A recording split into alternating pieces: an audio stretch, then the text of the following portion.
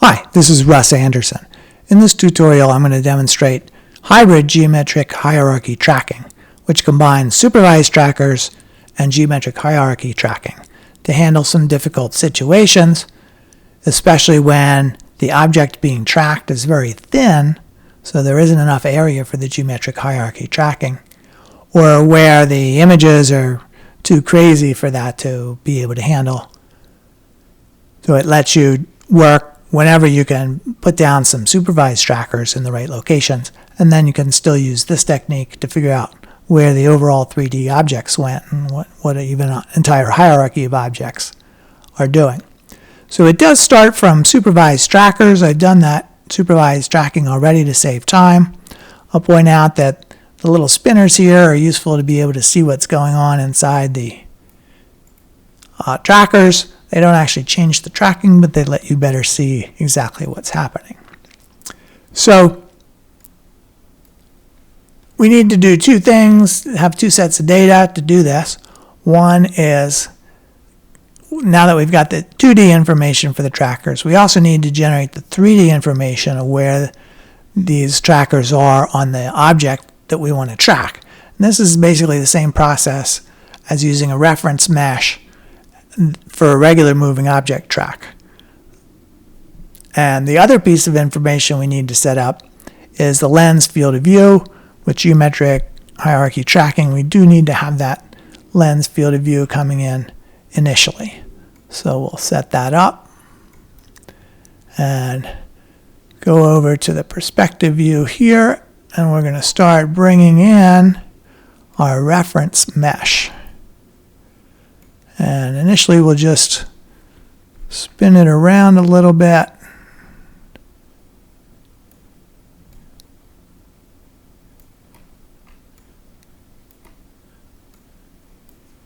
We're just kind of roughly lining it up with the box there. We'll need to turn on some back faces and hit slash to be able to get a solid version of it.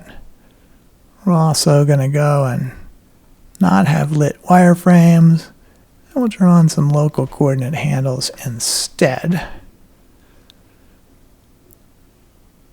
Just adjust this a little more.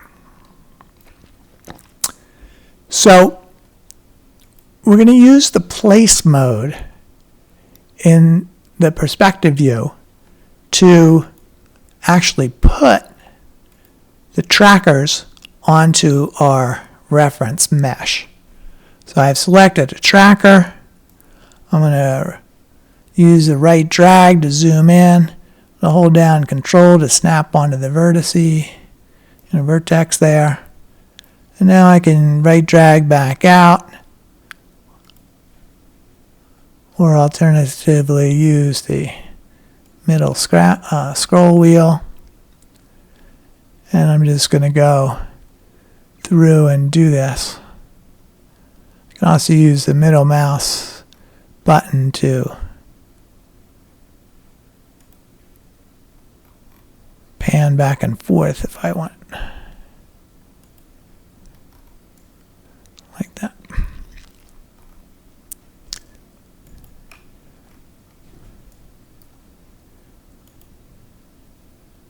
And this tracker doesn't actually come on screen till a little later.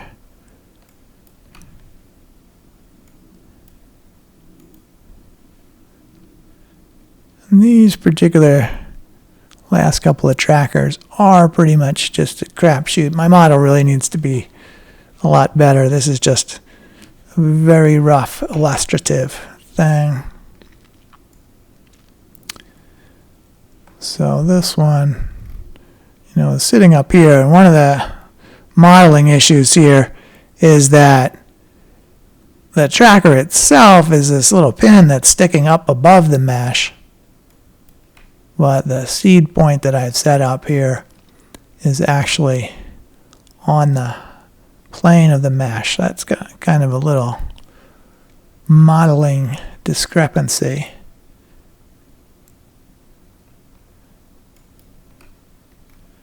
So now I've gone and put each of the trackers onto the corresponding portion of the mesh.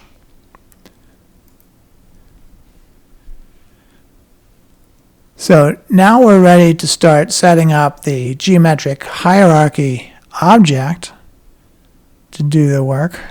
Backslash again to get back to the solid view. And I'm going to go to create mode there. Hold down shift to create something.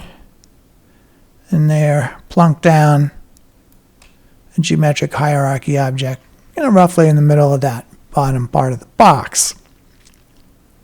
So that's, you see over here in the hierarchy, that object is the thing that's going to hold the animation for the entire box.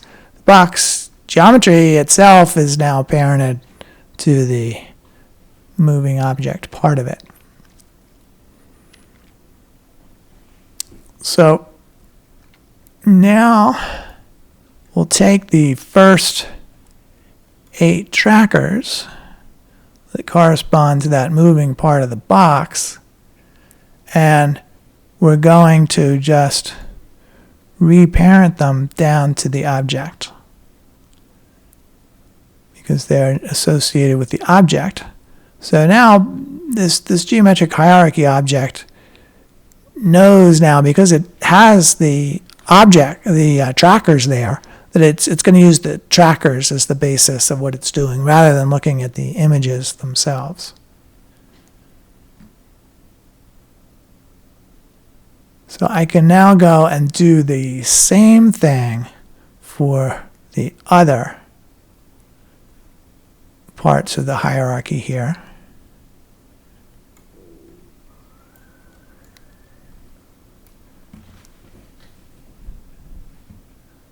I'm just going to select my box.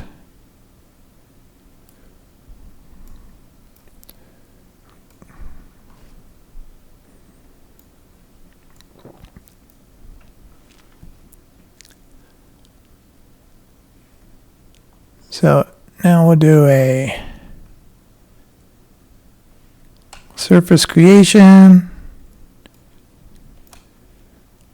Gonna hold down shift. We want to have that existing object selected.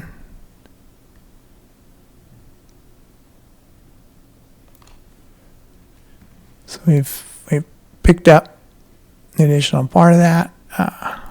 So there's one thing we need to get. We need to move the pivot point back down to right along that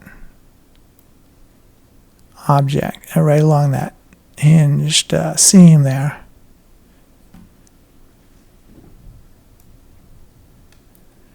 You can see we also picked up a few extra vertices in this process. So I got my surface lasso still selected.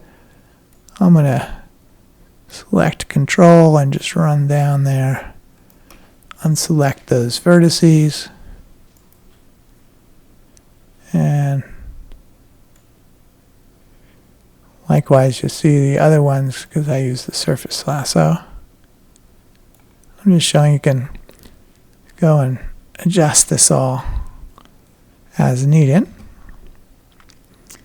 So we've got that additional object set up, and now we'll basically repeat the process. We'll do the surface lasso again. We're just going to click there at the next point.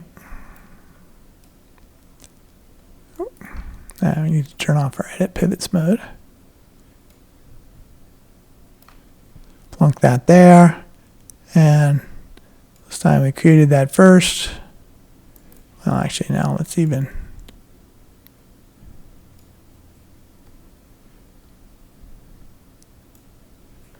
do that. So now we've got our additional pivot point set up, and then it's got the pan angle also.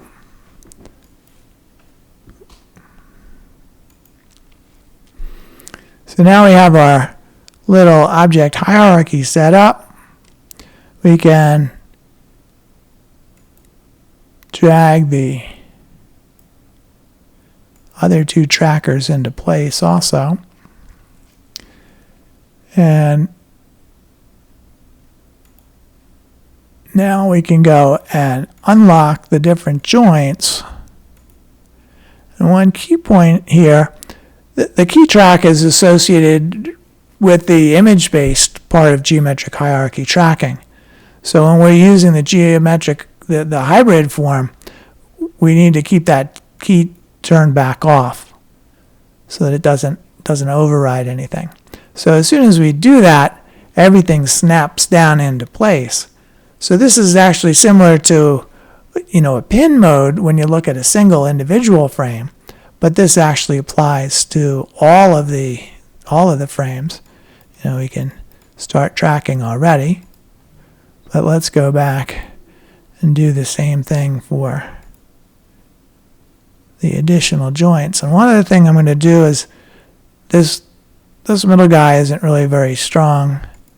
I'm going to use the effect parent on this bottom guy so that this intermediate object is going to kind of help out a little bit to get the other guy in the right spot.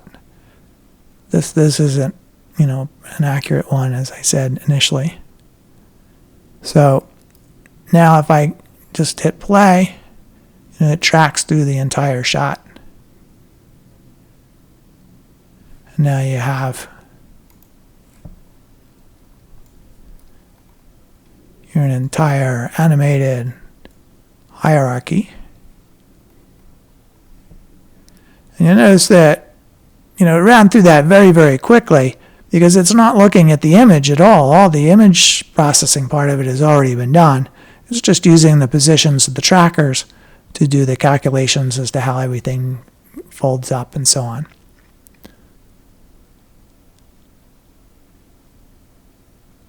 So this gives you a very, very powerful technique for being able to generate hierarchy just as long as you have 2D tracking data, supervised tracking data of any kind. In general, you'll need to do a better job of the modeling and get the stuff so it's actually in the right locations. And then you'll be ready to generate the data, and now all these individual pieces can be exported as individual objects, as well as you can export the deforming mesh as well.